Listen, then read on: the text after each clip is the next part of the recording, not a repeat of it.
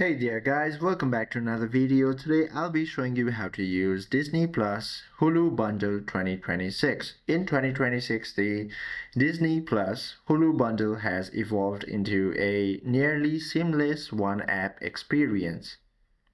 While the standalone Hulu app still exists, most subscribers now access Hulu's entire library directly within the Disney Plus app through a dedicated branded hub. Now, to use the integrated bundle, all you have to do is go ahead and subscribe to a bundle plan via disneyplus.com or hulu.com. And once you activate your Hulu account, open the Disney app and tap the Hulu title on the home screen or navigation bar. This unlocks Hulu originals like The Beard and Only Murders in the Building alongside Disney Plus contents.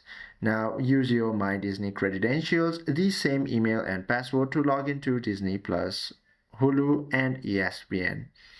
That that is how you can go through and that is how you can access Hulu Bundle from your Disney Plus application or your streaming service.